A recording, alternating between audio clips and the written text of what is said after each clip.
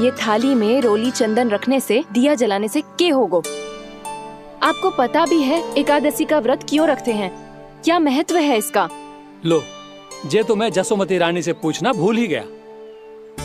पर हाँ भगवान, मेरे लिए इतना ही पर्याप्त है कि इस व्रत को रखने से मेरे श्रीहरि हमसे प्रसन्न हो जाएंगे।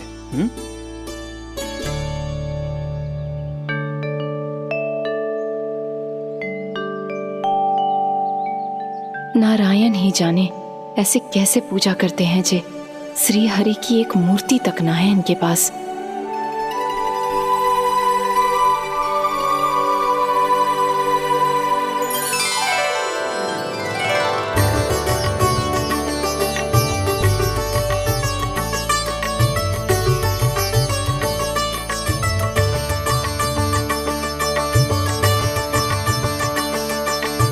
प्रभु, न तो मेरे पास मूर्ति है और ना तो इस व्रत के विधि विधान के बारे में मुझे जानकारी है और ना ही मुझे इसके महत्व के बारे में जानकारी है, पर फिर भी मैं करना चाहता हूं।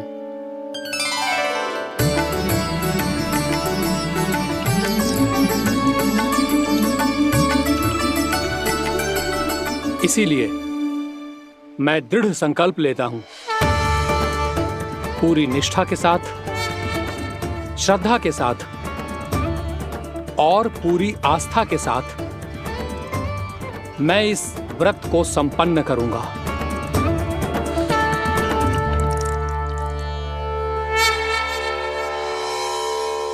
हम संकल्प लेते हैं कि एकादशी के व्रत को पूरी निष्ठा के साथ संपन्न करेंगे।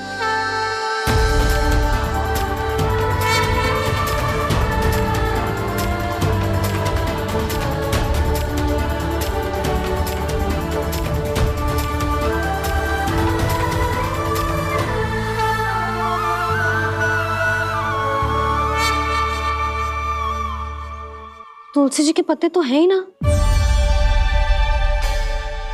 श्री नारायण को तुलसी जी के पत्ते के बिना भोग ना चढ़तो है। जानकी, तुलसी के पत्ते कहाँ हैं? भाभी, मैं तो कब से यही पूछना चाह रही थी कि तुलसी के पत्ते लाऊं क्या, पर आप तो व्यस्त थी ना। तुझे कितनी बार समझाओ है ना, यदि तेरे कछु करने से किसी और की कोई हानि ना हो रही हो या किसी के अच्छे कार्य में सहायता हो रही हो तो मुझसे आज्ञा लेने की आवश्यकता ना है। समझ गई भाभी, आगे से जाना उनको। ले अभी लेकर आती हूँ।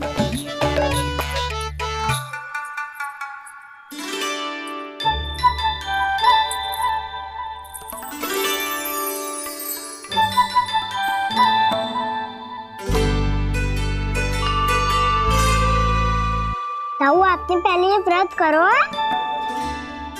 आपको इसका महत्व पता है? भाभी चलो।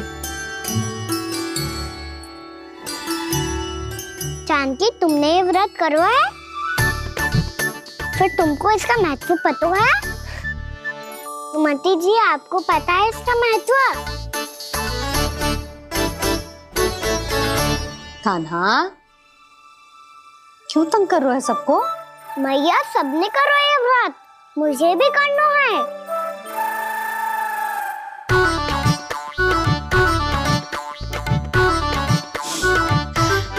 ये व्रत केवल बड़ों के लिए होती है लल्ला।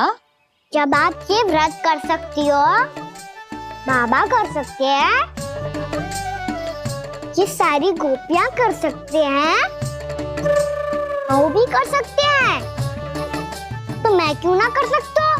क्योंकि तू कल तक भूखा ना रह पाएगो लल्ला। जब भक्त रह सकते हैं, फिर मैं क्यों नहीं रह सकता? मेरा अर्थ है कि नारायण के भक्त मैया, मैया मान जाओ ना, मुझे करने दो ना ये व्रत। अपनी लल्ला पे आप विश्वास ना है आपको? विश्वास है। अच्छा ठीक है, तू भी कर ले।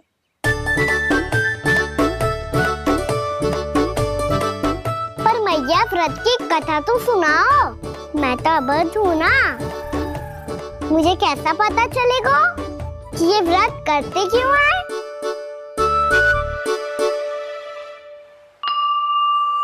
प्रभु, मुझ अबोध को कैसे पता चलेगा कि इस व्रत का क्या विधि विधान होता है और क्यों रखा जाता है और इसका महत्व क्या होता है? मुझे तो आप ही बता सकते हैं प्रभु।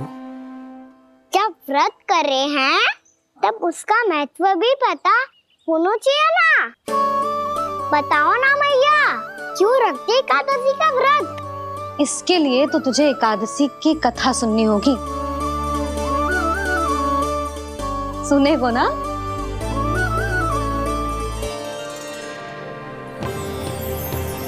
वसुदेव सुतं देवं कंसचाणूरमर्दनम् श्रीहरि, यशोदा परमानंदम् कृष्णं वन्दे जगद्गुरुम्। वाह प्रभु, अपने भक्तों को एकादशी व्रत का महत्व समझाने का अच्छा उपाय खोज निकाला है आपने।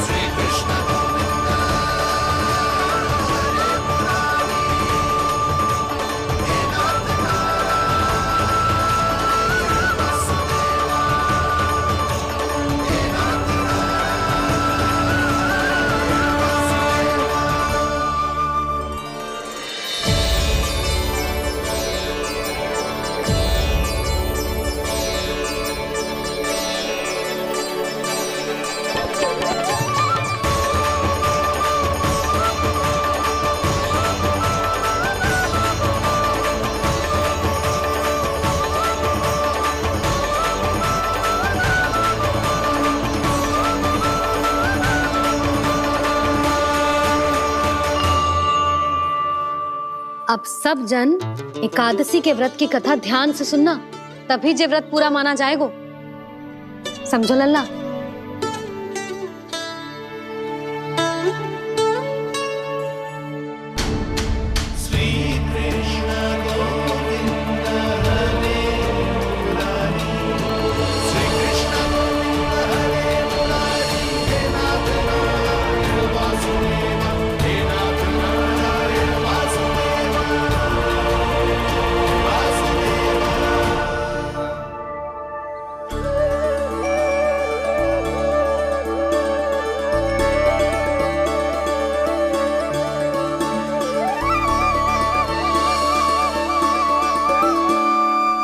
सतयुग में चंद्रावती नाम के नगर में मूरा नाम का एक असुर राज्य करता था। ओम ब्रह्मदेवाय नमः। ओम ब्रह्मदेवाय नमः। ओम ब्रह्मदेवाय नमः। ओम ब्रह्मदेवाय नमः।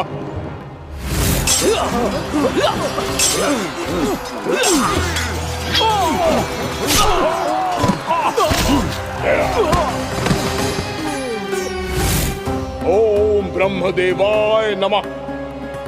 ओम ब्रह्मदेवाय नमः।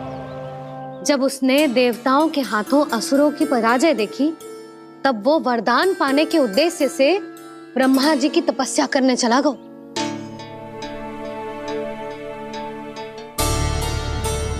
शीघ्र ही मूरा की तपस्या सफल हो गई और ब्रह्मदेव जी उससे प्रसन्न हो गए। ओम ब्रह्मदेवाय नमः। ओम ब्रह्मदेवाय नमः। ओम ब्रह्मदेवाय नमः। ओम ब्रह्मदेवाय नमः। ओम ब्रह्मदेवाय नमः। ओम ब्रह्मदेवाय नमः। ओम ब्रह्मदेवाय नमः। ओम ब्रह्मदेवाय नमः। ओम ब्रह्मदेवाय नमः। मूरा, प्रणाम ब्रह्मदेव।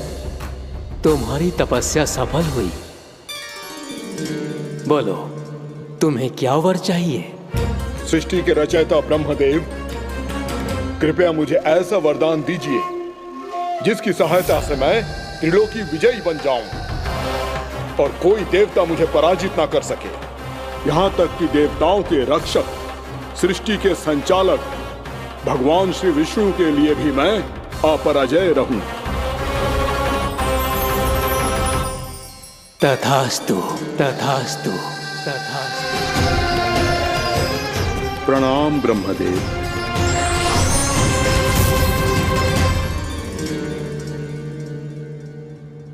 ऐसा वरदान पाकर मूरा बहुत अभिमानी होगा। यक्षों, किन्नरों, यहाँ तक कि देवताओं को भी युद्ध के लिए ललकारने लगो, पर किसी ने भी उसकी ललकार को स्वीकार ना करो, क्योंकि सभी उसकी शक्ति से बहुत भयभीत थे और उसके सामने युद्ध किए बिना ही अपनी पराजय स्वीकार करने लगे। और फिर दंभ में आके उसने स्वर्ग लोक पर भी आक्रमण कर दिया और देवराज इंद्र तक को चुनौती दे डाली।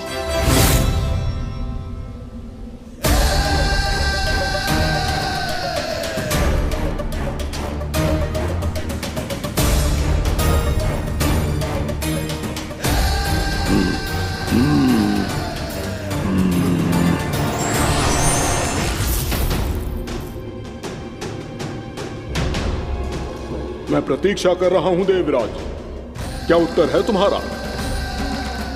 मुझसे युद्ध करोगे या फिर बिना लड़े ही पराजय स्वीकार कर मेरे अधीन हो जाओगे और सौंप दोगे मुझे अपना ये स्वर्ग लोक? सारी शक्ति तुम्हारे मुख में है या कुछ बाहुबल भी है तुम्हारे पास? मैं तुम्हारी चुनौती स्वीकार करता हूं मूरा, मैं तुम्हारी चुनौती स्वीकार करता हूं मूरा।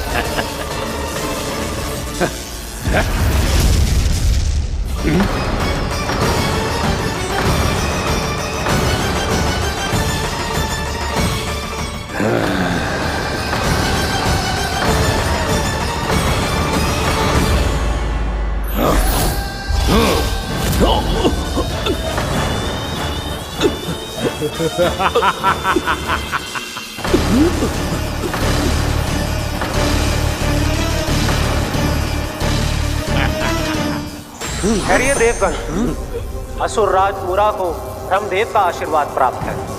आप में से कोई भी इन्हें पराजित नहीं कर पाएगा।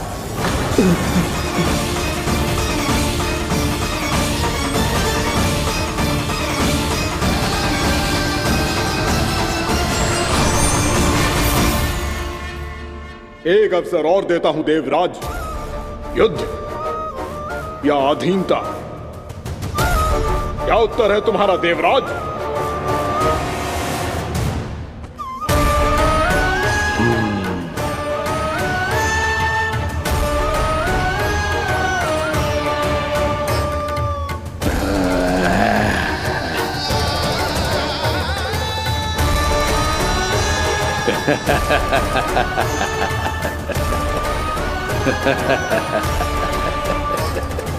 इंद्र और सभी देवताओं ने मूरा के आतंक में आके उससे भयभीत होके अपना सिंहासन छोड़ दियो।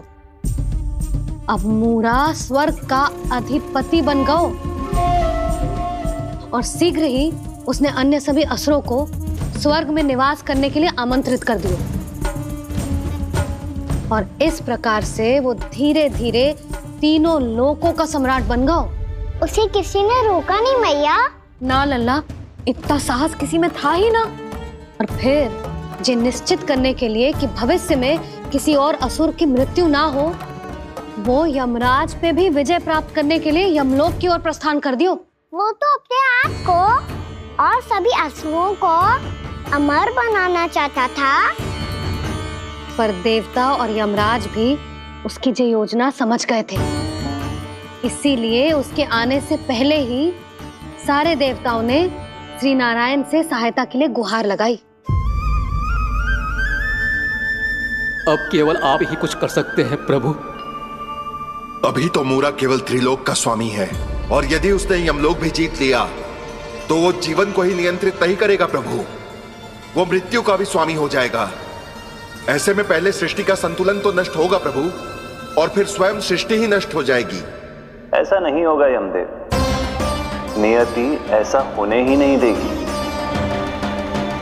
विधि रचेगी खेल और मैं बनूंगा माध्यम। असुर राज मुरा का सामना मैं करूंगा। बस आप मुझे चुनौती देने के लिए उसे तैयार कर लीजिए, चाहे उसके लिए आपको साम दाम दंड भेद कोई भी उपाय क्यों ना अपनाना पड़े।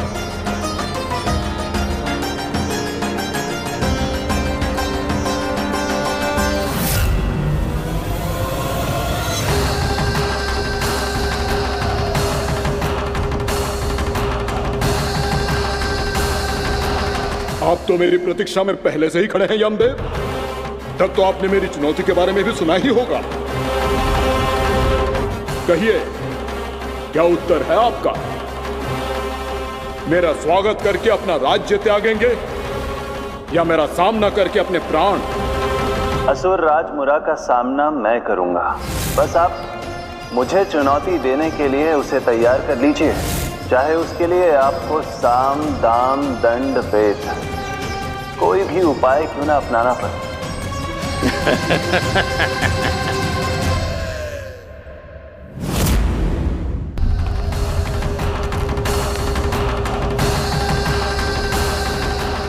आप तो मेरी प्रतीक्षा में पहले से ही खड़े हैं यमदेव। तब तो आपने मेरी चुनौती के बारे में भी सुना ही होगा। कहिए, क्या उत्तर है आपका? मेरा स्वागत करके अपना राज्य त्यागेंगे या मेरा सामना करके अपने प्राण? हे असुर श्रेष्ठ, मैं आपकी अधीनता स्वीकार करने के लिए तैयार हूं। बस एक विनती है मेरी। शर्त को विनती का नाम देकर पहलाना चाहते हो मुझे यमराज? असुर राज मूरा के सामने शर्त रख पाओ, इतना सामर्थ्य नहीं है तुम में। इसका आभास है मुझे असुरराज, पर मैं आपकी अधीनता स्वीकार करूं इससे पहले आपको स्वामी धर्म का पालन करना होगा। मेरे पुराने स्वामी के क्रोध से मेरी रक्षा करनी होगी आपको। कौन है तुम्हारा पुराना स्वामी? भगवान श्री नारायण। और छोटी माँ मूरासुर को तो श्री नारायण से भी रक्षा का वरदान प्राप्त था ना? यही तो श्री नारायण की लीला थी बलराम। पर वो राक्षस अपने दम में जे समझ ही ना पाओ कि वो क्या भूल करने जा रहा है, और पहुंच गो भगवान श्री नारायण को चुनौती देने के लिए।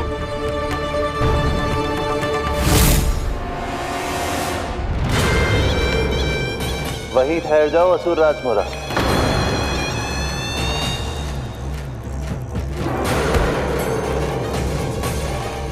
यहाँ क्यों आए? आपको पराजित करने और ये वैकुंठ जीतने, ताकि मैं यमलोक का स्वामी बन सकूं। फिर आओ, युद्ध भूमि में मेरा सामना करो।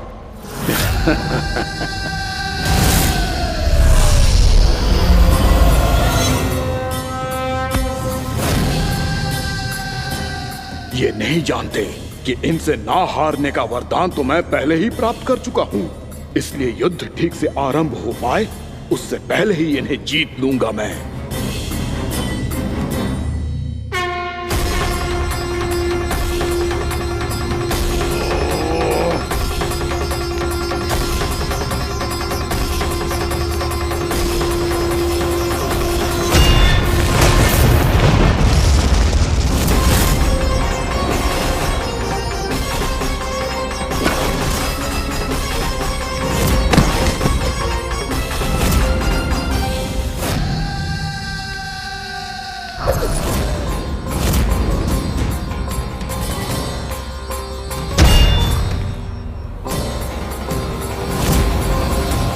और इस प्रकार जे युद्ध वर्षों वर्षों तक चलता रहो।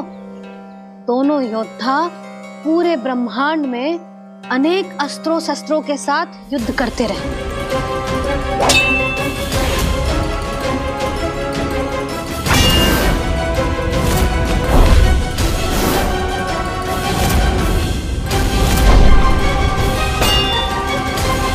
फिर क्या हुआ मैया?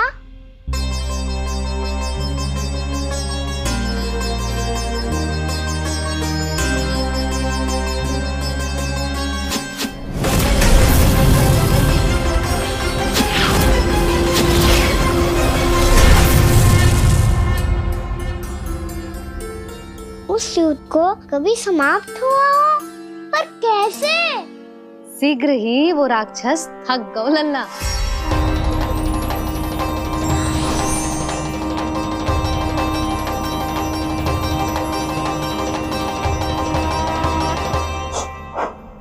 खड़े खड़े देख क्या रहे हैं नारायण?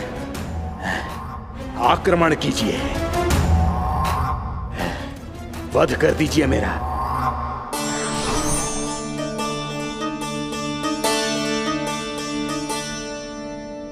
मैं तुम्हारी वीरता से प्रभावित हूं, इसीलिए इतनी थकान की स्थिति में मैं तुम जैसे वीर पर आक्रमण नहीं करूंगा। जाओ विश्राम करो। यदि फिर से युद्ध करने की इच्छा हो तो तुम्हारा स्वागत होगा।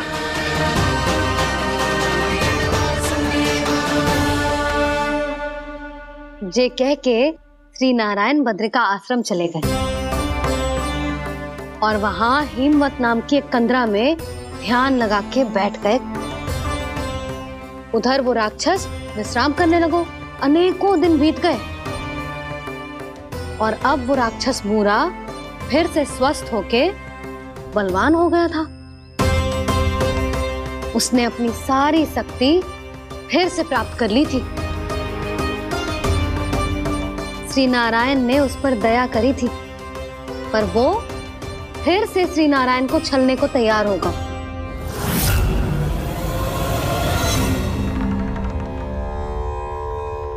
ध्यान में बैठे बैठे श्री नारायण योग निद्रा में चले गए, पर दुष्ट मूरा इसी अवसर का लाभ उठा के उनकी कंदरा में घुस आयो ताकि वो सोते हुए श्री नारायण पे आक्रमण कर सके।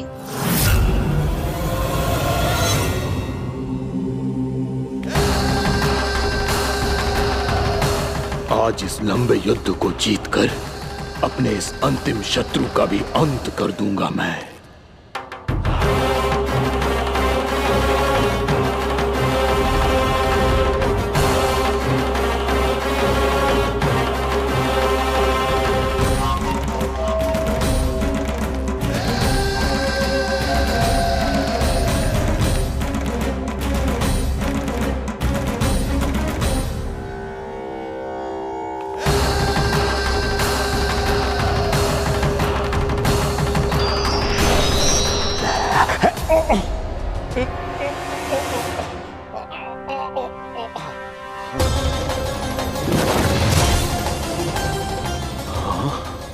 दुष्ट राक्षस, प्रभु ने तुझ पर दया की, तुझे संभलने का अवसर दिया। तू इन्हीं पर ही छल से वार करने चला है।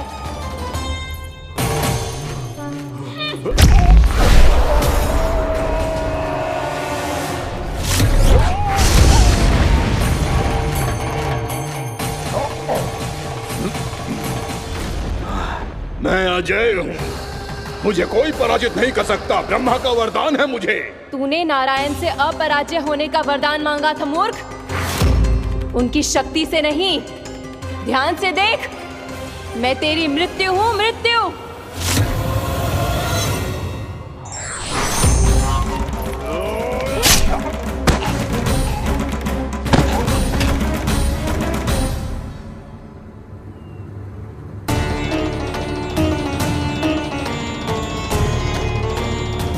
देवी कौन थी छोटी माँ? और कौन बलराम, वो ही तो थी देवी एकादशी।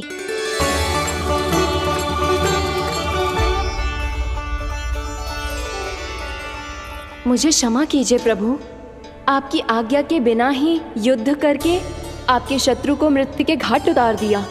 क्षमा नहीं, आपकी तो प्रशंसा होनी चाहिए देवी। असुर राज को मारकर आपने सभी देवताओं को मुक्त करवाया है। इस पापी के अहंकार से तीनों लोकों की रक्षा की है आपने। आप एकादशी की तिथि पर मेरी एकादश इंद्रियों से उत्पन्न हुई हैं। इसीलिए मेरे सभी भक्त आपको उत्पन्न एकादशी के नाम से जानेंगे। सभी तिथियों में आपका स्थान सर्वश्रेष्ठ होगा। जिस तरह आपने राक्षस के आक्रमण से मेरी रक्षा की है, उसी प्रकार एकादशी के दिन व्रत करके जो भी भक्त आपकी कथा सुनेगा, मैं स्वयं उसकी रक्षा करूंगा। जो आपकी पूजा करेगा उसे मेरी विशेष कृपा प्राप्त होगी और उसके साथ साथ उसे मिलेगा धन, सिद्धि और मोक्ष।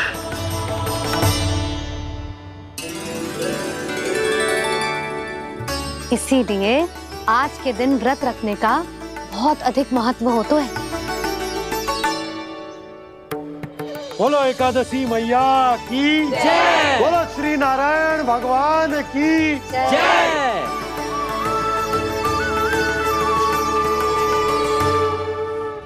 प्रभु की कृपा से एकादशी का महत्व भी पता चल गो और मेरा व्रत भी सफल होगा। अभी नहीं भूला रहा, एकादशी का व्रत पूरी तरह तभी सफल होता है जब द्वादशी के दिन उसे पूरा किया जाता है।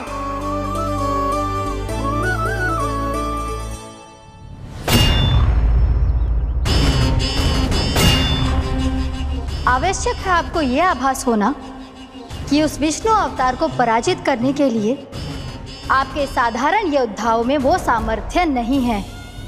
वो विष्णु अवतार कुछ अधिक ही असाधारण है।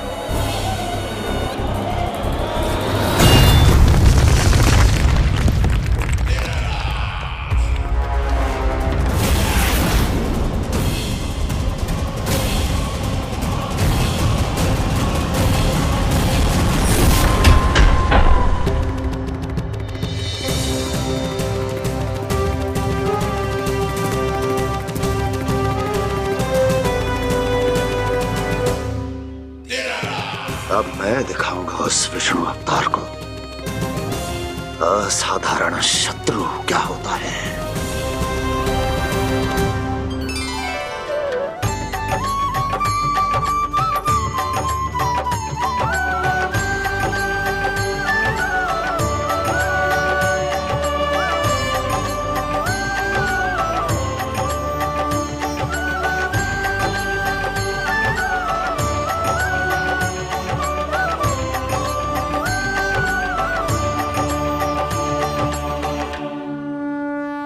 मामा अधीर हो रहे हैं, पर मैया ने मुझे अभी तक बाहर जाने की आज्ञा नहीं दी है। अभी उन्हें किसी और राक्षस को यहाँ भेजने से रोकने के लिए मुझे कुछ करना होगा।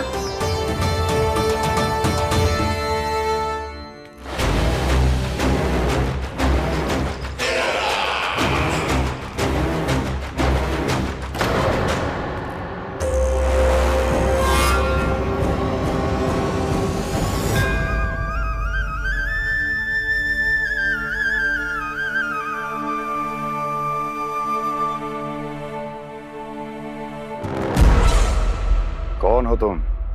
बचपन से ही मुझे मारने का सपना देख रहे हैं, फिर मुझे ही नहीं पहचानते।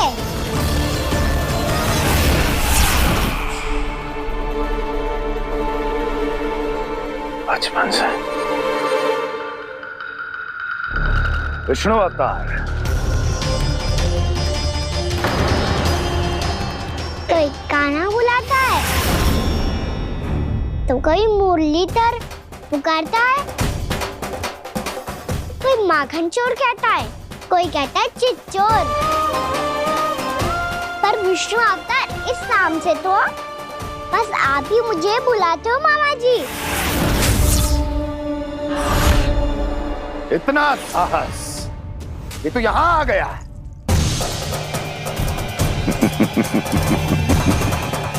यहां आ तो गया तू विष्णु अवतार, किंतु यहां से जीवित नहीं जाएगा। तेरे इस शीश को तेरे धड़ से अलग कर दूंगा मैं।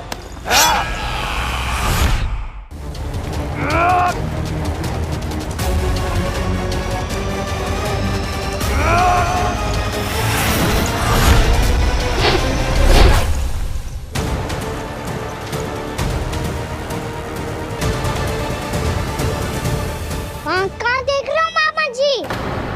मैं तैयार हूँ।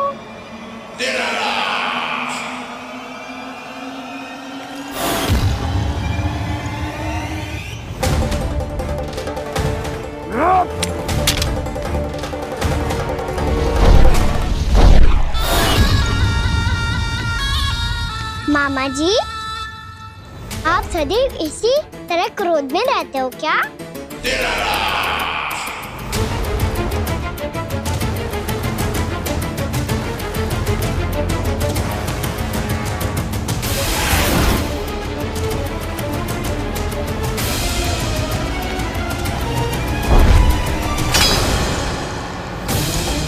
छोड़ मेरी तलवार को।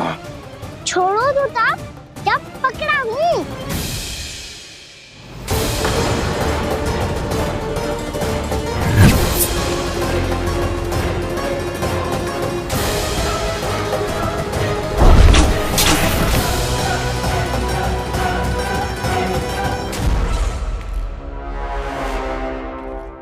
मामा जी,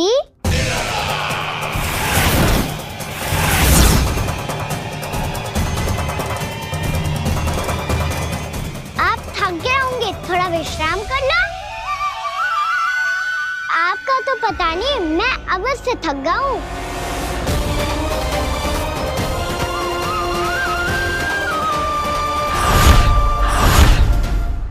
मेरे सिंहासन पर बैठने का तो साहस।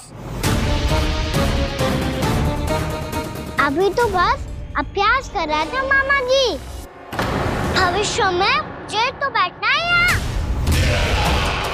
आपने बल प्रयोग करके से अपने पिताजी से छीना था। मैं आपसे छीन लूंगा।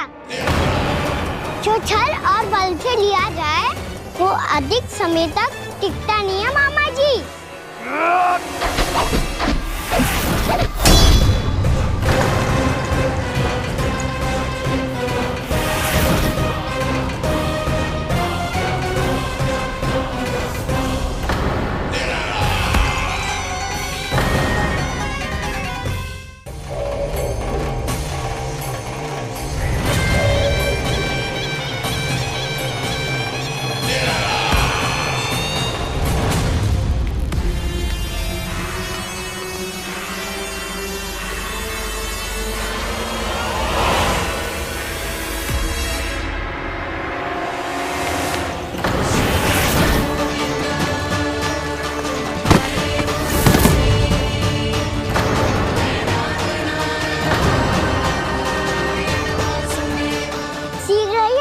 सिंहासन छोड़ना होगा।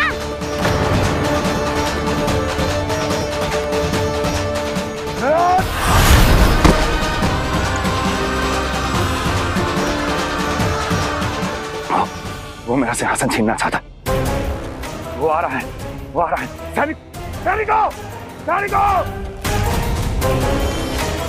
दुर्जन, बंद कर दो सभी द्वार और झरोखे, सबके सब।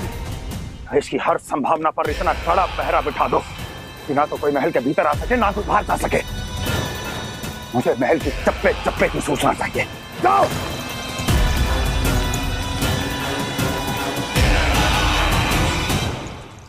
सिंहासन।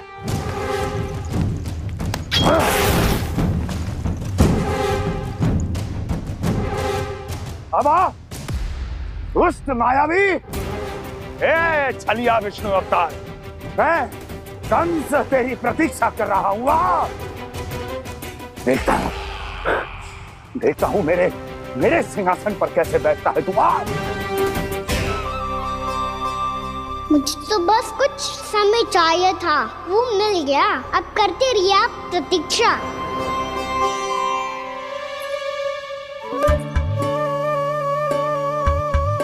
जी अपने आप से बातें क्यों कर रहे हैं जी?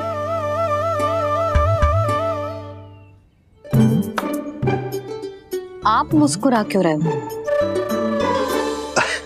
ना कचू ना। बताओ क्यों मुस्कुरा रहे हो? तुम्हीं पर गए जी।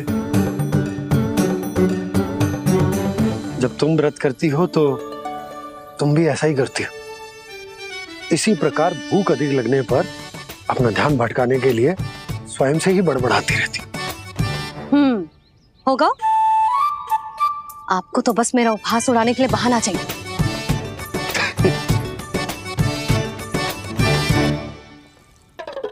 नन्ना, भूख लगी है? ना मैया, व्रत करे तो भूख कैसे लगेगी?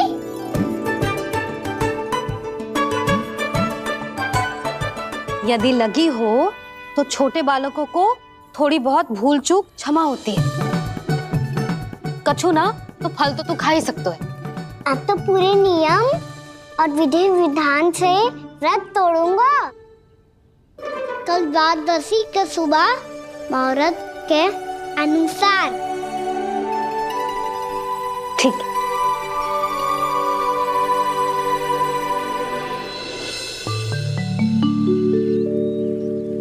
लल्ला, एकादशी समाप्त हो गई है, द्वादशी लग गई है।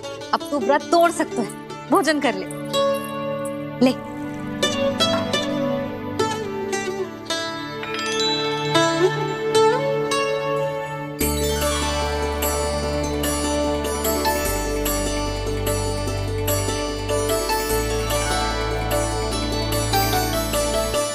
आज तो कार्य कर लीजिएगा। मैं ना चाहती कि सब गांव वाले फिर से आपका उपहास उड़ाएं। अरे, इसी क्षण कार्य आरंभ करना आवश्यक ना है। कुछ खा तो लो। कल भी पूरे दिन व्रत में रहे, अब तो कुछ खा लो। ना, अभी बिल्कुल भूख ना है। और हाँ भगवान, तुम्हें चिंता करने की आवश्यकता नहीं है। आज मैं किसी को भी 2 शब्द कहने का अवसर नहीं दूंगा। अरे, कुछ खाओगे पियोगे नहीं तो कैसे रहोगे?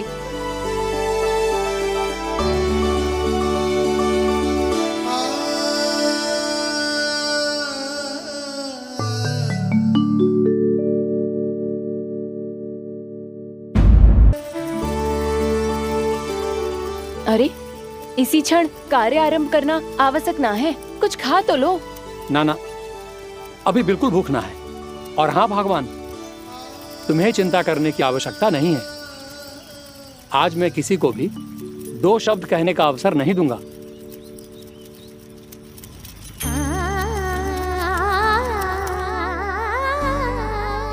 ठहर, मैं तेरे लिए मट्ठा लेके आती हूँ। व्रत के बाद पीने से पेट ठंडा रहता है। रुक।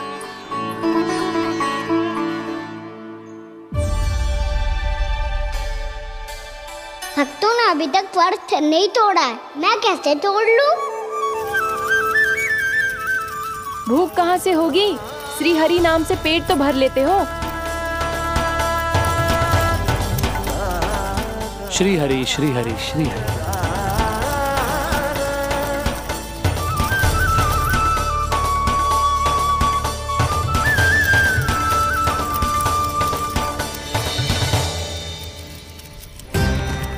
हरि हरि प्रभु हरि, हरि हरि प्रभु हरि, हरि हरि प्रभु हरि, हरि हरि प्रभु हरि। कल से अन्न का एक दाना ना गो है पेट में।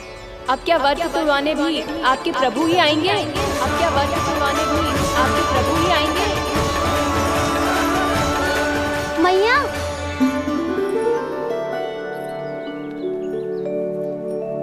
मैया पहले व्रत तोड़ के कच्चू खा तो लो। अभी ना, लौट के आने के बाद। हाँ,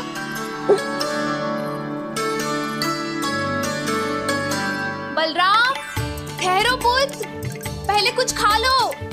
व्रत तोड़ना आवश्यक होता है। मैया ने एकादशी का महत्व बताया। लगता है मुझे सबको द्वादशी पर व्रत तोड़ने समाप्त करने का महत्व बताना होगा। हरि हरि हरि हरि हरि मेरे हरि।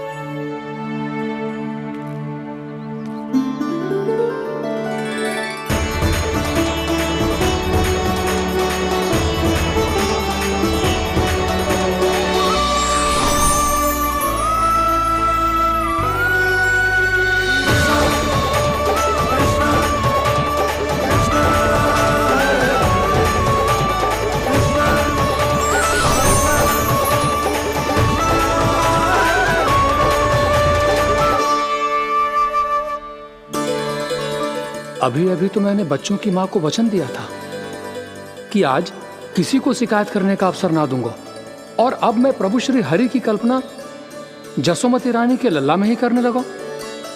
ना ना, ये ठीक ना है।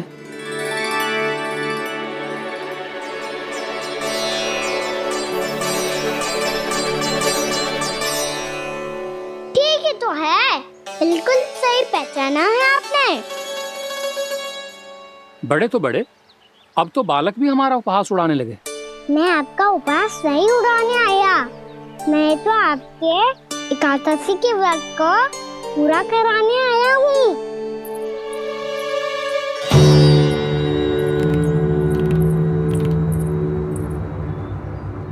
कान्हा,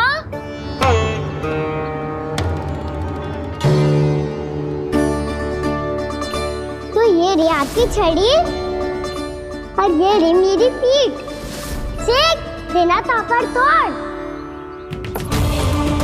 आज तो इसकी पीठ सेक के रहूंगी मैं। मैया घर पे भूखी मुझे ढूंढ रही होगी। लो आज द्वादशी के दिन पहले प्रहर में भोजन करके अपना एकादशी का व्रत पूरा करो आप। धन्यवाद राजकुमार, पर अभी हमें भूख नहीं है, बहुत सारा काम पड़ा है, और अभी थोड़ी ही देर में शंकरी बहन भी अपनी मटकी लेने आती होंगी।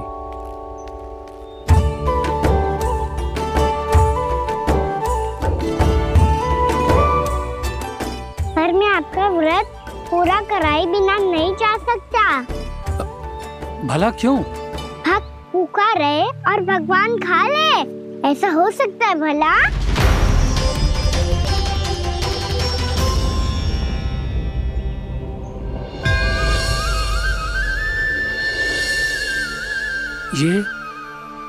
ये कैसा भ्रम हो रहा है मुझे? मुझे लगता है अपना काम करना चाहिए।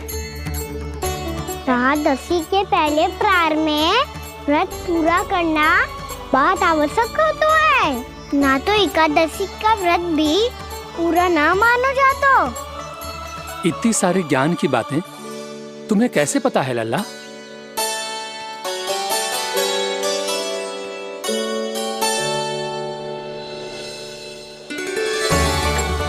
जैसे एकादशी की कथा होती है, वैसे द्वादशी की महिमा भी एक बहुत महत्वपूर्ण कथा है।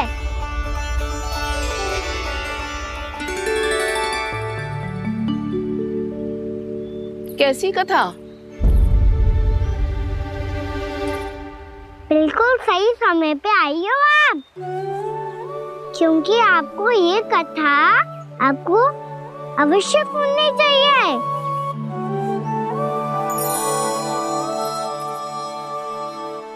मुझे क्यों?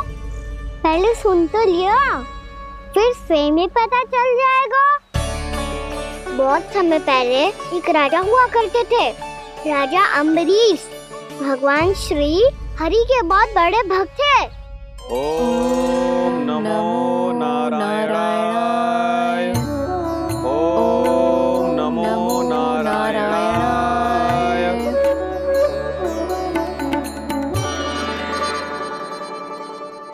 नेक पुण्य के काम करते थे वो।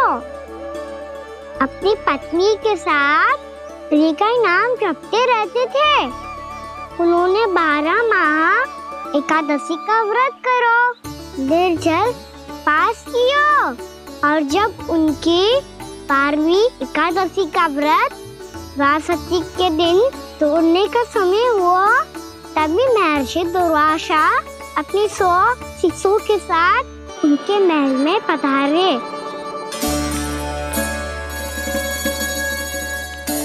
प्रणाम स्वीकार करें महर्षि। आप जैसे महान ऋषि मेरे राज्यसभा में आए, वो भी ऐसे अवसर पर जब मैं और मेरी पत्नी निरंतर 12 एकादशियों के बाद अंतिम एकादशी का व्रत तोड़ेंगे। इससे बड़े सौभाग्य की क्या बात हो सकती है हमारे लिए। आज आपके साथ साथ मेरा और मेरे शिष्यों का एकादशी व्रत भी पूरा होगा। संभव है प्रभु की इच्छा यही हो कि हम सब अपना व्रत एक साथ तोड़ें। ये तो अत्यधिक प्रसन्नता की बात है महर्षि। तो फिर ठीक है, हम सब यात्रा से थके हैं। व्रत तोड़ने से पहले हम स्नान करना चाहते हैं। जैसी आपकी इच्छा महर्षि। जब तक आप लोग लौटेंगे तब तक आपके सारे प्रबंध यहाँ हो चुके होंगे।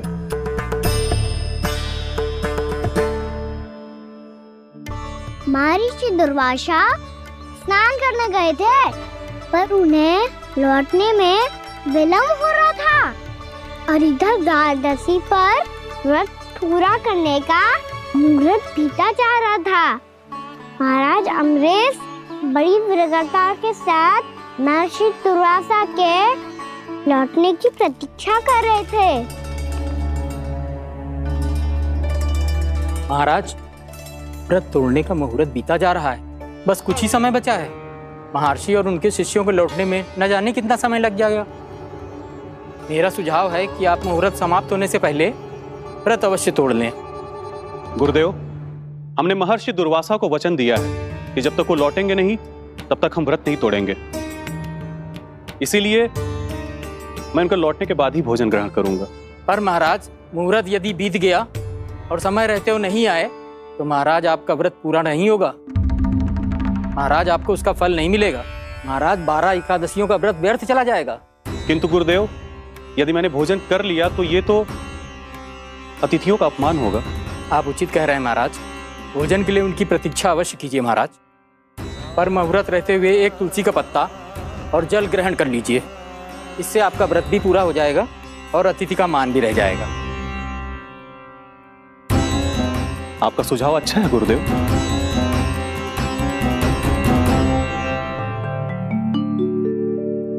जैसे ही महाराज ने तुलसी का पत्ता खाया, वैसे ही महर्षि दुर्वासा लौट आए। महाराज,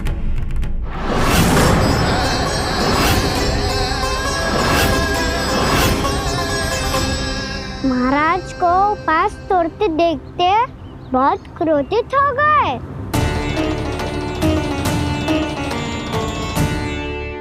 बहुत बड़े भक्त हैं आप, परंतु आप ये नहीं जानते अपने अतिथियों के साथ कैसा व्यवहार करना चाहिए। आपने हमें साथ भोजन करने का वचन दिया था, पर अपना व्रत क्यों तोड़ा आपने? महर्षि, मैंने भोजन नहीं ग्रहण किया। कहीं मुहूर्त न निकल जाए इस कारण मैंने एक तुलसी का पत्ता ग्रहण कर लिया। 56 भोग खाया हो या एक पत्ता, अपना व्रत तोड़कर अतिथियों का अपमान किया है, मेरा अपमान किया है। अब आपको दंड भोगना होगा ताकि आप सीख पाएं कि अतिथियों के साथ कैसा व्यवहार होना चाहिए। महर्षि, आप जो भी दंड मुझे देंगे मुझे स्वीकार है, किंतु आप क्रोधित मत होइए। क्रोध का कारण आपने दिया है महाराज। एक महर्षि का अपमान करके राक्षसी प्रवृत्ति का परिचय दिया है आपने। इसीलिए अब एक राक्षसी आपको दंड देगी।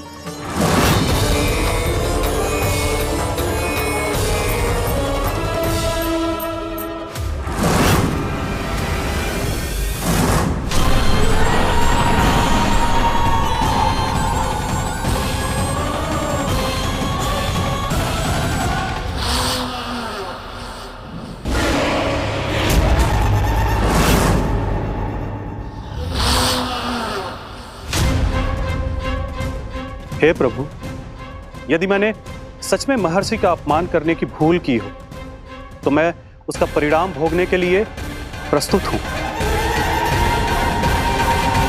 ओम नमो नारायणाय, ओम नमो नारायणाय नमः।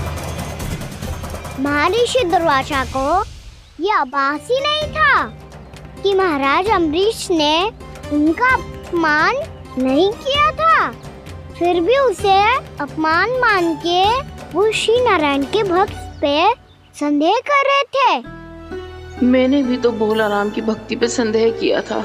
हे नारायण, ये क्या पाप हो गया मुझसे। संदेह किसी अपमान से कम ना हो तो, और भगवान सब सह सकते हैं, पर उनके प्रिय भक्तों का अपमान सहन ना कर सकते, इसीलिए उन्होंने हस्तक्षेप करने का निर्णय लिया।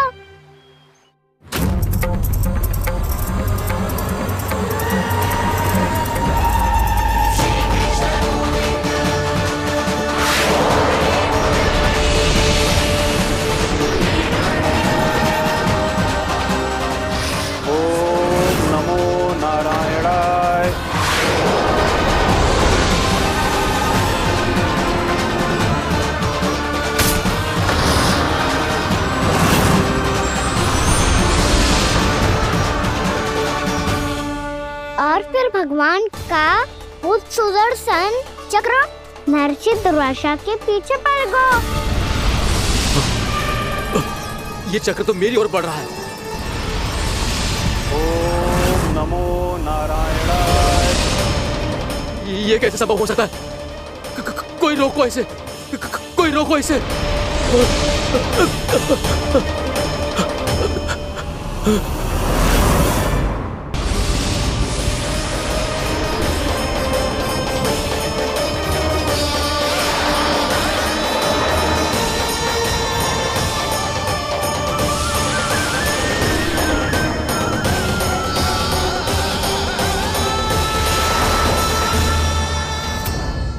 चक्र से अपने प्राण कैसे तैसे बचाते बचाते महर्षि दुर्वासा ब्रह्मलोक जा पहुँचे। ब्रह्मदेव, रक्षा कीजिए ब्रह्मदेव, सहायता कीजिए, मुझे बचाइए ब्रह्मदेव, रक्षा कीजिए। ये सुदर्शन चक्र मेरे प्राणों के पीछे पड़ गया है, मुझे बचाइए ब्रह्मदेव, मुझे बचाइए। महर्षि, मैं चाहकर भी आपकी सहायता नहीं कर सकता। ऐसी स्थिति में यदि कोई कुछ कर सकते हैं तो वो है सुदर्शन चक्र के स्वामी विष्णु, क्योंकि सृष्टि में केवल वही है जो इसे नियंत्रित कर सकते हैं। वो ही इसे वापस लौटने का आदेश देकर आपके प्राणों पर छाए हुए संकट को दूर कर सकते हैं। किंतु हां, मैं सुदर्शन चक्र से इतना अवश्य कहूंगा कि जब तक आप विष्णु लोक में पहुंच नहीं जाते, वो आपको किसी भी प्रकार की हानि ना पहुंचाए। आपका बहुत बहुत धन्यवाद, आपकी सदा ही जय हो।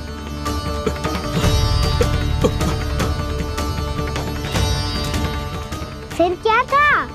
भागते भागते महर्षि दुर्वासा सीधे भगवान श्री हरि के शरण में बैकुंठ पहुंच गए। त्राहिमाम प्रभु, त्राहिमाम, मुझे बचाइए, मेरी सहायता कीजिए प्रभु, मेरी सहायता कीजिए। मैं आपके इस चक्र और ऊर्जा से नहीं भाग सकता प्रभु, कृपया करके अपने सुदर्शन को रोकिए, इसे वापस लीजिए प्रभु। यह असंभव है महर्षि। एक बार सुदर्शन चक्र मेरे हाथों से छूट जाए तो अपना उद्देश्य पूरा किए बिना, मेरे भक्तों की रक्षा किए बिना वापस नहीं लौटता। कोई तो उपाय होगा प्रभु, कृपया करके मेरे प्राण बचाइए प्रभु। मैं सुदर्शन की ऊर्जा से जलकर भस्म नहीं होना चाहता प्रभु। आप जो कहेंगे मैं करूंगा प्रभु, मेरी सहायता कीजिए प्रभु, मेरी सहायता कीजिए। मुझे नहीं लगता कि आप वो कर पाएंगे। मैं अवश्य करूंगा, मैं अपनी प्राण रक्षा के लिए कुछ भी करूंगा प्रभु। आपने मेरे भक्त राजा अम्बरीश को भक्ति का कर्तव्य निभाने के लिए अपमानित और दंडित किया है महर्षि, पर भक्त की रक्षा करना भगवान का कर्तव्य है। इसलिए यदि आप भक्त राजा अम्बरीश के पास जाकर क्षमा याचना करें और यदि वो आपको क्षमा कर दे तो ही ये चक्र आपके प्राण लिए बिना लौट सकता है। अन्यथा आप तो जानते हैं महर्षि, मेरे भक्त का अपमान मेरा अपमान। भक्त का अपमान भगवान के अपमान से कम ना हो तो है। महर्षि दुर्वासा को भी ये बात समझ आई और फिर उन्होंने महाराज अम्बरीश से क्षमा याचना की।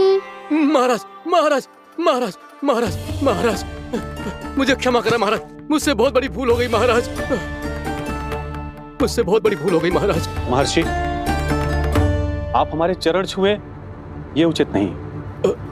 महाराज महाराज अम्बरीश, आप नारायण के सच्चे भक्त हैं। मैंने आपको अपमानित किया, दंडित करने का प्रयास किया महाराज। इस अपराध के लिए मुझे क्षमा कीजिए महाराज, और इस सुदर्शन चक्र से मेरे प्राण बचाइए महाराज।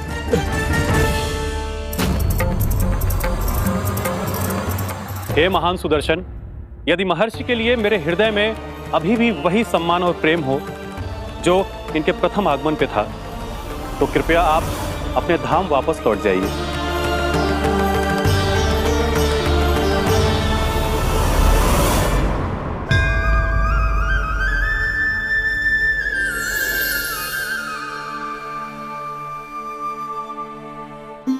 आपका बहुत बहुत धन्यवाद महाराज अम्बरीश। मैं आपको आशीर्वाद देता हूं कि आप देवराज इंद्र के समान शक्तिशाली हों। आपकी कीर्ति का पताका 10 दिशाओं में फहराए। मेरी बस एक ही इच्छा है महर्षि, कि मैं आपके साथ अपना उपवास तोड़ सकूं।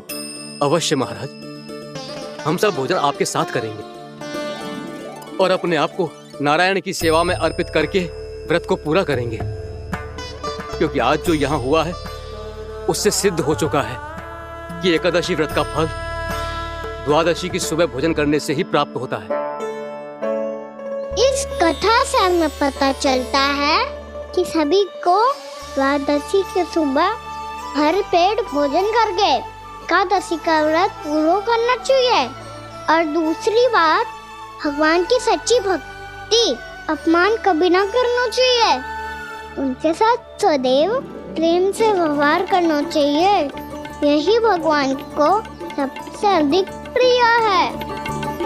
भैया भोलाराम, मैंने भी श्री हरि पे तुम्हारे विश्वास का उपहास उड़ाया था, मुझे क्षमा कर दो। ना ना, आप क्षमा मांगकर मुझे लज्जित मत करो, आप तो मेरी बहन जैसी हैं। जब महर्षि दुर्वासा जैसे महान ऋषि को भी प्रभु के भक्त से क्षमा मांगनी पड़ी, तो मैं तो बहुत ही तुच्छ हूँ। मुझे आपकी किसी भी बात का बुरा ना लगा। पर पता है प्रभु को कौन सी बात सब भूला रखता है? कौन सी बात?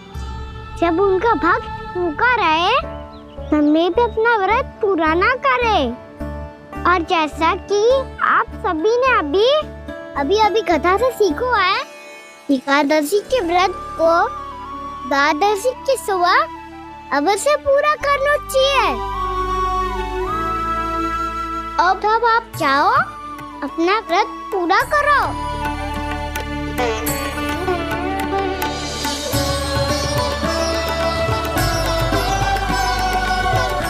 मैं आपके लिए जल लेके आती हूँ।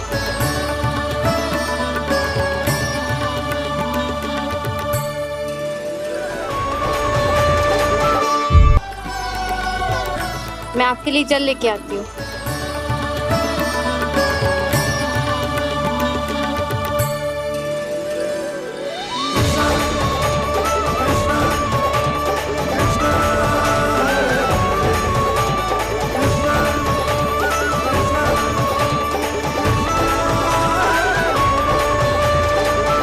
लो खाओ।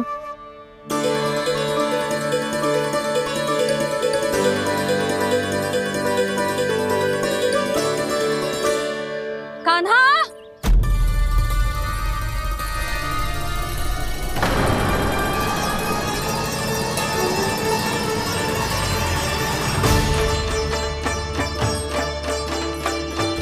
बोलो काका, सिगरेट छुपा लो मुझे, मैया आ रही है, बहुत क्रोध में लगती है।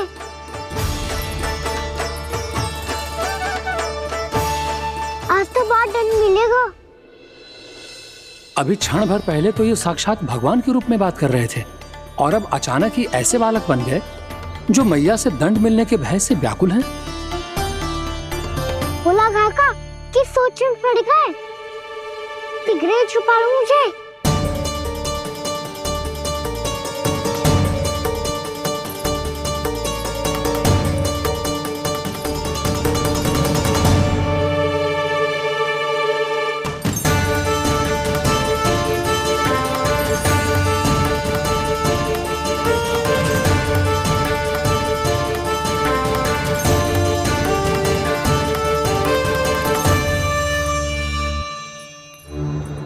बोला जी, कान्हा को देखो है क्या? मैंने तो अपने प्रभु को देखा है। मैं अपने लल्ला को ढूंढ रही हूँ, उसे देखो है आपने? वही तो मैं भी कह रहा हूँ जसोदा रानी, मैंने सिर्फ और सिर्फ अपने प्रभु को देखा है। ये तो अब भी अपनी भक्ति में ही खोया हुआ है। इससे पूछ के कछु लाभ ना है, मुझे ही ढूंढना पड़ेगा।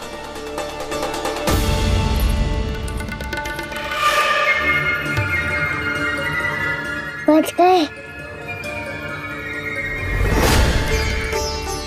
शंकरी मौसी, कान्हा को देखो है क्या कहीं?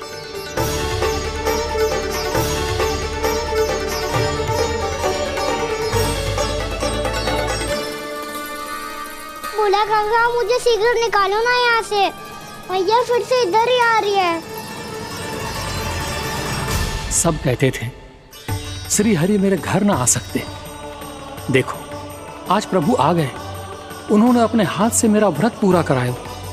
हाँ आते हैं और आगे भी आएंगे हमारे श्री हरि हमसे मिलने और आके मोक्ष देंगे, है ना?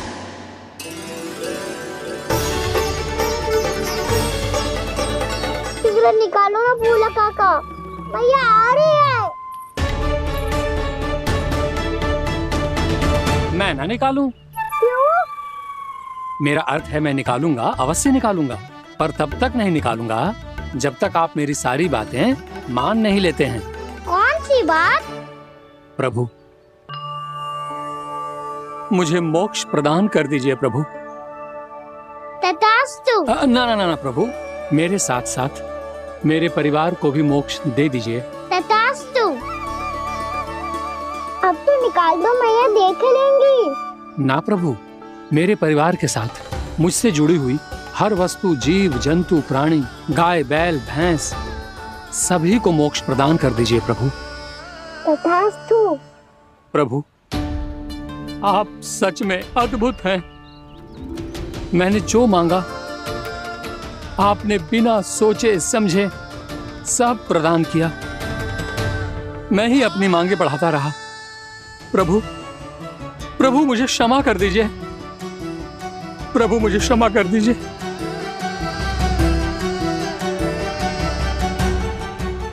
आइए प्रभु।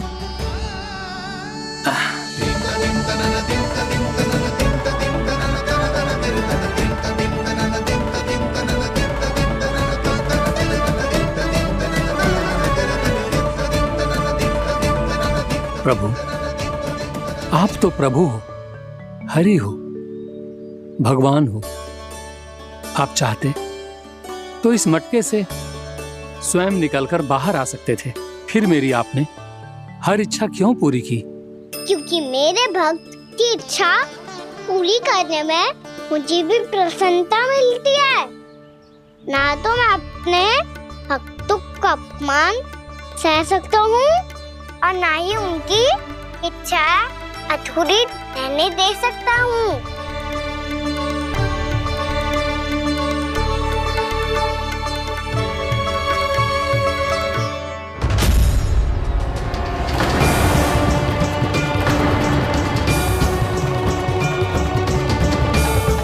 क्या कही थी तूने? हाँ, कि तू फिर से छल ना करेगा। फिर मुझे बिना बताए घर से बाहर कैसे निकलो? क्षमा करना मैया, पर जो आपने सिखाया था मैंने तो उसी का ही पालन करो है। फिर से चतुराई कर रहे हो है ना? हाँ? आप ही ने तो कही थी ना, यदि कछु करने से किसी को हानि ना पहुंचती हो या फिर किसी अच्छे कार्य में सहायता हो रही हो तो आज्ञा लेने की आवश्यकता ना होती। यदि तेरे कछु करने से किसी और की कोई हानि ना हो रही हो या किसी के अच्छे कार्य में सहायता हो रही हो तो मुझसे आज्ञा लेने की आवश्यकता ना है। किस अच्छे कार्य के लिए आया है यहाँ? एकादशी की सुबह एकादशी का व्रत खोल के भोजन करा जाता है। ये बात ना तो भोला काका को पता थी, ना शंकरी मासी को, और ना ही किसी और को। और तुझे पता थी? हाँ, मेरी मैया ने बहुत अच्छे से सिखाया है मुझे। जैसे कल तूने एकादशी कथा सुनाई थी ना, आज वैसे ही तेरे लल्ला ने सबको द्वादशी कथा सुनाई है। सच्ची यशोदा रानी जी, इसने तो हमारी आंखें ही खोल दी। और भाभी, सच तो ये है कि मुझे भी ना पता था कि ये इतना बड़ा ज्ञानी है और इतना अधिक समझदार।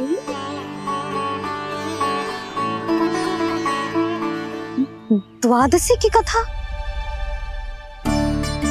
वो तो मैंने इसे कभी सुना ही ना है। फिर इसे कैसे पता थी? रानी जी, जो स्वयं भगवान हैं, भला उन्हें कैसे कुछ नहीं पता होगा। मैंने तो इन्हें पहचान लिया, और हाँ, आप सब लोग भी इन्हें अपने अंतर्मन की आंखों से देखिए। हो सकता है इन्हें पहचान पाएं। ये कोई और नहीं है, श्री नारायण है, मेरे श्री हरि, मेरे प्रभु। जय श्री हरि।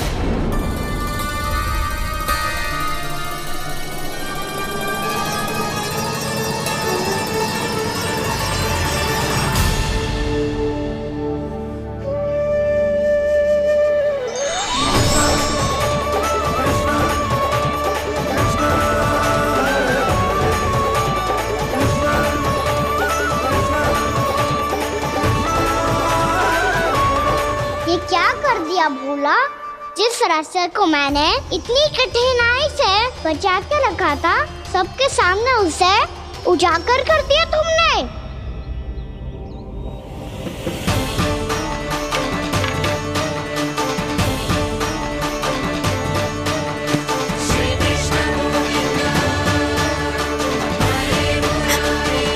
नारायण,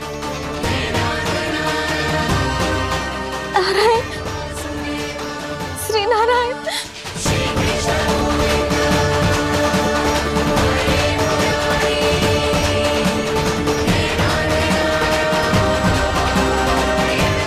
श्री नारायण।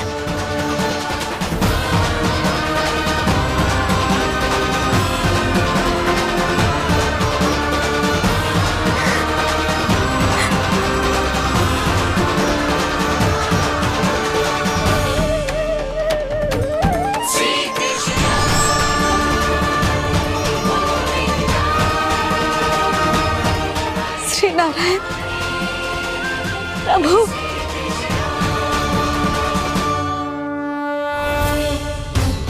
जिस रास्ते को इतने यत्न से संभाल के रखा था, आज वो सबके सामने खुल गया। और तो और मेरा भेद मैया को भी पता चल गया। बाबा सब कहते रहे, पर मैंने एक न मानी। सबने कही थी कि आप भगवान हैं, पर मैं मूर्ख आपको पहचान ही ना पाई। कितनी अभागी हूं मैं।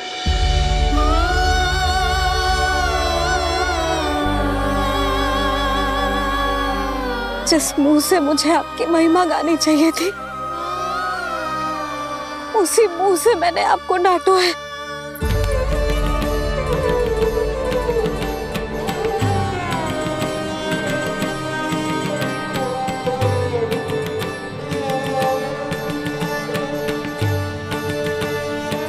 जिन हाथों से मुझे आपके चरण छूने चाहिए थे, उन हाथों से मैंने आपके कान पकड़े।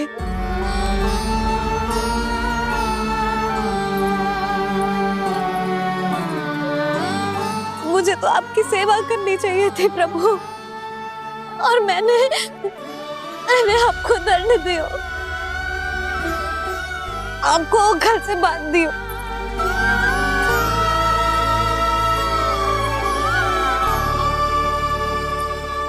बावली हो गई थी प्रभु। अपने श्री नारायण को, अपने प्रभु को एक साधारण सा बालक समझ लिया मैंने। मैं आपके लिए भगवान नहीं हूँ मैया, साधारण बालक ही हूँ, बस आपका लल्ला। बुद्धि भ्रष्ट हो गई थी, भूल पर भूल करती चली गई। आज भी आपके पीछे पीछे छड़ी लेकर दौड़ी चली आई।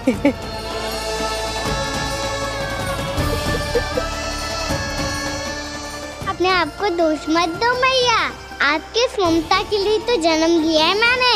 हमारा से मन बदलने मत दो, मेरे लिए वही पुरानी भैया बनी रहो आप, और मुझे रहने दो आपका वही नटखट लल्ला।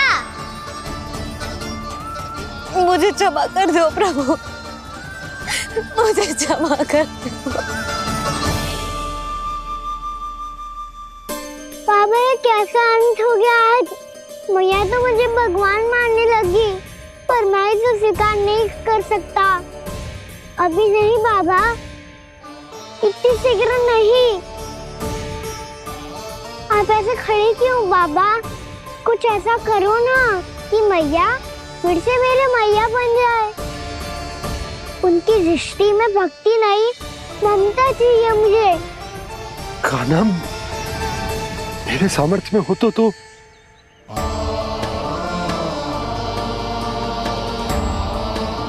दाऊ, आप तो बड़े भाई हो, अपने छोटे भाई की सहायता करो ना, जिससे मैया सब कुछ भूल जाए। मैं क्या कर सकता हूँ कान्हा? कोई तो सहायता करो मेरी।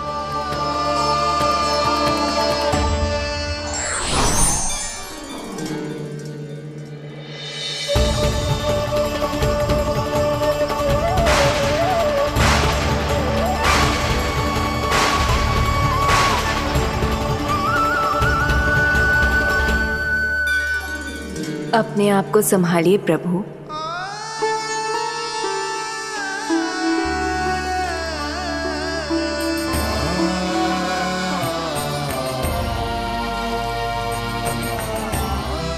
देखो ये क्या हो गया, भैया को सब पता चल गया।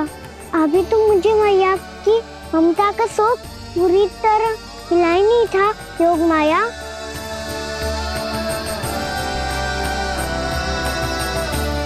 मेरी सहायता करो ना। कितनी अद्भुत है ममता की शक्ति। भगवान को भी एक साधारण बालक बना देती है।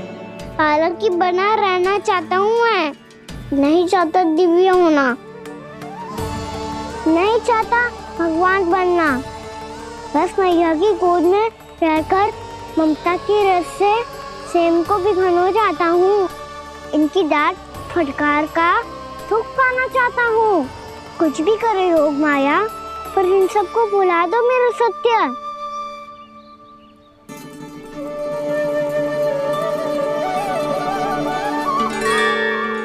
पर इन्हें तो मोक्ष का वरदान मिल गया है प्रभु, इसलिए इनके लिए समय की गति को लौटा पाना संभव नहीं होगा। प्रभु, अब मुझे ये सब भूलने की कोई आवश्यकता नहीं है।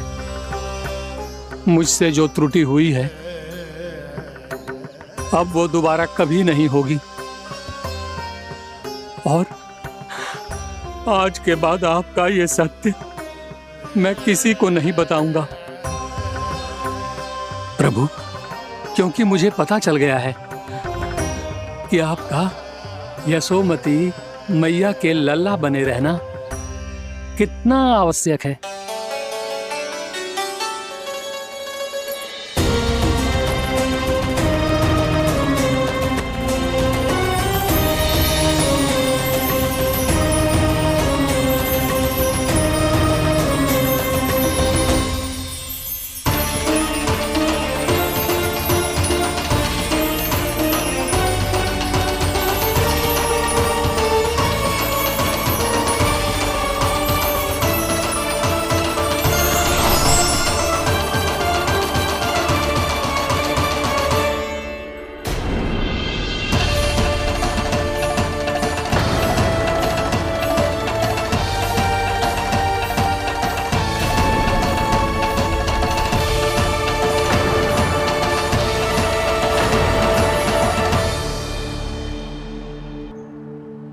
भैया आपकी छड़ी। पहले चुपके से भाग जातो है, फिर स्वयं ही छड़ी भी पकड़ा रो है? नटखट कहीं का। हंसी आ रही है? अरे किस बात पे इतनी हंसी आ रही है रे? हाँ?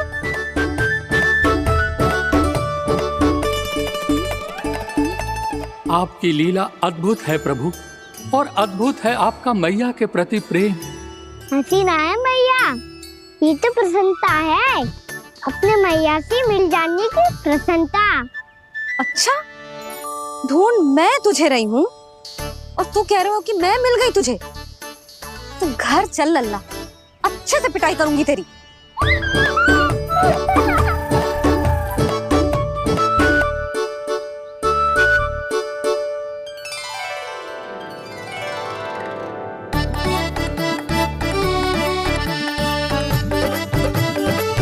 जब पिटाई से गाल लाल होंगे ना तेरे, तब हंसी बंद होगी तेरी। चल।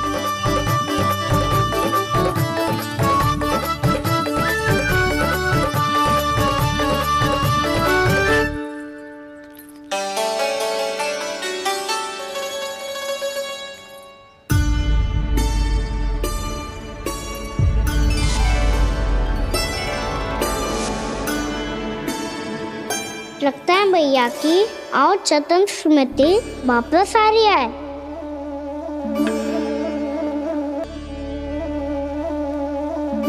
यशोदा, क्या होगो?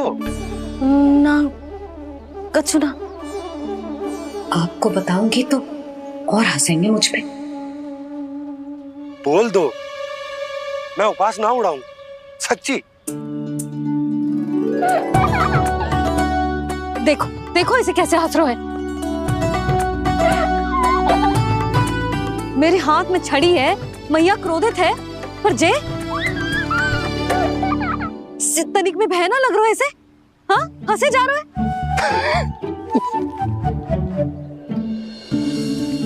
दोनों बाबा लल्ला एक जैसे हो। चल तू, चल चल।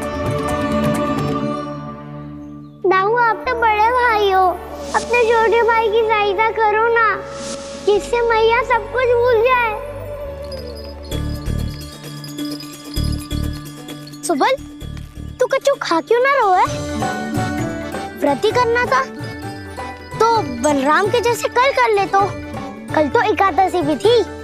कान्हा के बिना कछु करने का मेरा मन ही ना कर। तो बात तो सच्ची है, उसके बिना गोचारण भी ऐसा लगता है जैसे कितना भारी कार्य है, व्यवस्था में करना पड़ता है। सही कह रहे हो तुम दोनों। मैं तो गोपालक भी इसलिए बना था ताकि कान्हा के संग खेलने को मिल जाए। बलराम तो हमारा सगा कम और मुख्य अधिक है।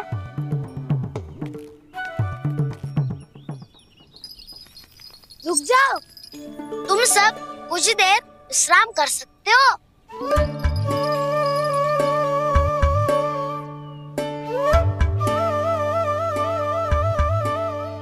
तू बोल। ना मैं ना बोलूंगा, तुम दोनों ही बोलो। और तुम सबका सखा पहले हूँ और टोली का मुखिया बाद में, इसलिए घबराने की आवश्यकता नहीं है। जो भी बात है बिना हिचक बता सकते हो मुझे। तो फिर कुछ ऐसा करो ना कि कान्हा फिर से हमारे साथ गोचारण करने के लिए आने लगे।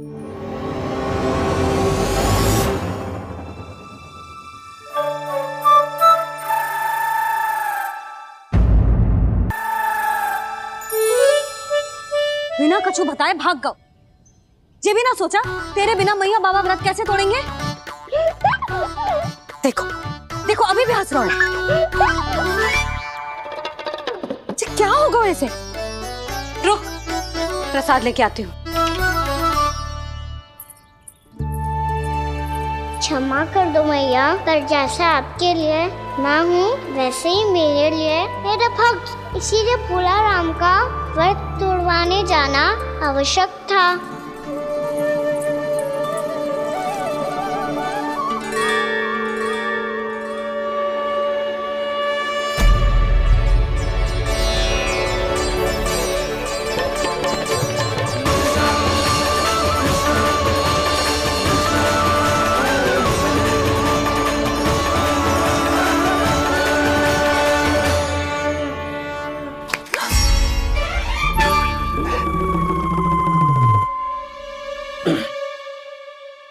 सुधा, फिर से खो गई तुम। अरे कौन से स्वप्न लोक में चली जाती हो तुम बार बार? हमें भी बताओ। माया का प्रभाव ममता पर अधिक समय तक नहीं रह पाता प्रभु।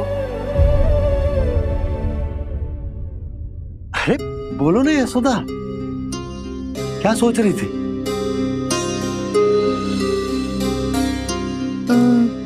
मैंने ना श्री नारायण को देखो है।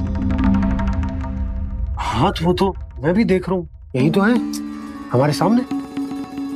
ये वाले ना, तो मैंने साक्षात श्री नारायण को देखो है, वो भी अपने कान्हा के भीतर देखो। कान्हा के भीतर?